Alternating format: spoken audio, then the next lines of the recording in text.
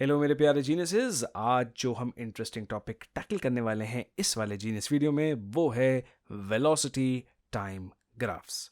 अब the Bugatti Chiron, one of the fastest cars to have set a world record by going from 0 to 400 to 0 kilometers per hour in just 42 seconds।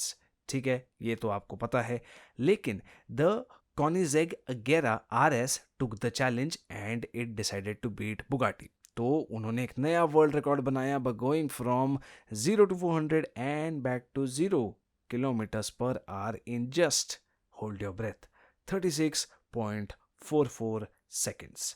That's 5.5 seconds faster than Bugatti, है ना। तो एक काम करते हैं, let us look at that interesting moment जब Koenigsegg ने Bugatti का रिकॉर्ड तोड़ा।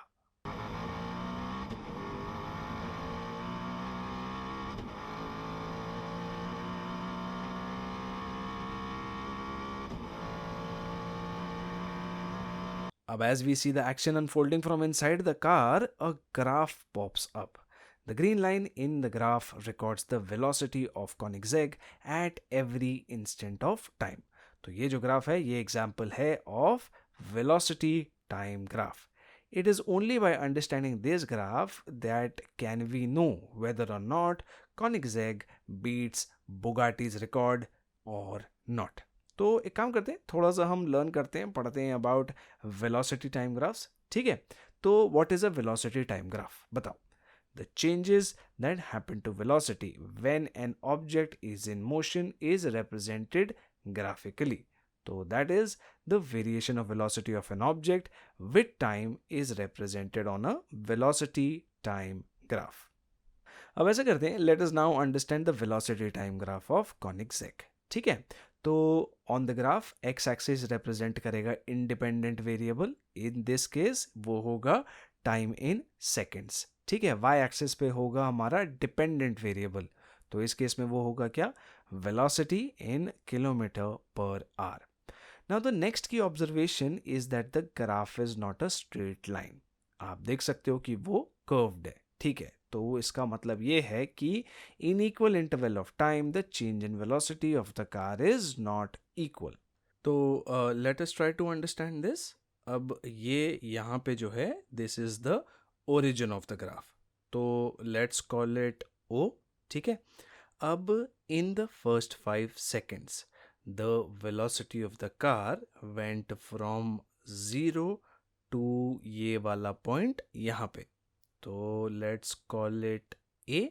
ठीक है, अब in the next 5 seconds the velocity of the car went from point A to this point यहाँ पे, इसे हम कह सकते हैं B।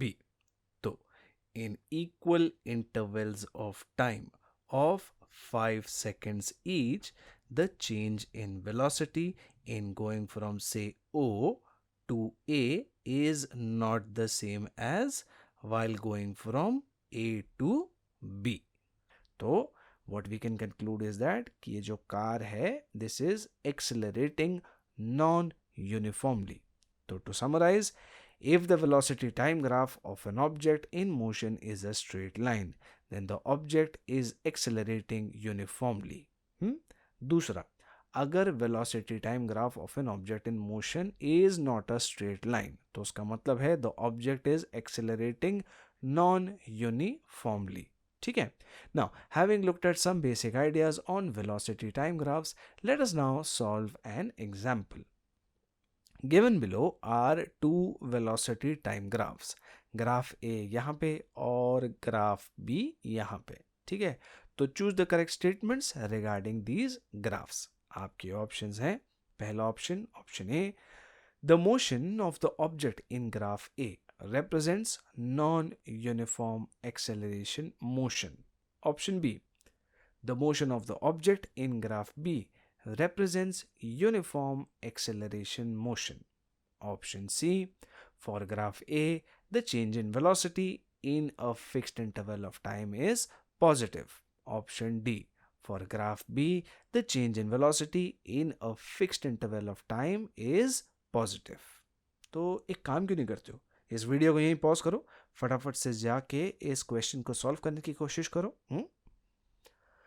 Now I am quite sure कि आपने वीडियो पॉज किया, जाके उसे सॉल्व किया, और आप में से बहुत सारे लोगों को तो इसका सही जवाब मिल भी गया होगा। बट फिर भी एक काम करते हैं, इस सवाल को साथ में सॉल्व करते हैं, ठीक है। तो if the velocity time graph is a straight line, तो then it is uniform acceleration motion. If it is not a straight line, तो then it is non-uniform acceleration motion. Correct? तो option A and option B दोनों correct हो गए। Now, to see whether the change in velocity is positive, एक काम करते हैं, let us take a fixed time interval for graph A. Let's say this time is t1 और ये वाला टाइम जो है वो है t2, ठीक है। आगे बढ़ते, आ जाओ। The corresponding velocities in this interval would be say v1 over here, यहाँ पे, ठीक है, और v2 यहाँ पे over here। अब क्या है कि the change in velocity would be v2 minus v1 which is positive, correct? Okay, तो that means क्या? For the object whose motion is represented by graph A, both acceleration and velocity are in the same direction. तो इसीलिए option C is also correct. चलो अब ऐसा करते हैं, let us do the same analysis for graph B, ठीक है। तो एक काम करते हैं, T1 को यहाँ ले लेते हैं over here, एंड T2 को ले लेते हैं यहाँ पे ओवर हियर। तो that means V1 is over here, यहाँ पे हो गया ना, ठीक है, और V2 जो है वो हो गया यहाँ पे over here. Now the change in velocity is V2 minus V1 which for the graph is negative, है ना। तो ऑप्शन डी हो जाएगा गलत, यानी कि रॉन्ग। तो option A, B and C are correct statements, whereas option D is an incorrect statement. इसी के साथ we have reached the end of this video, लेकिन मैं लौटूंगा और एक awesome से जीनियस वीडियो के साथ। तब तक जीनियस से पढ़ो, जीनियस बनो।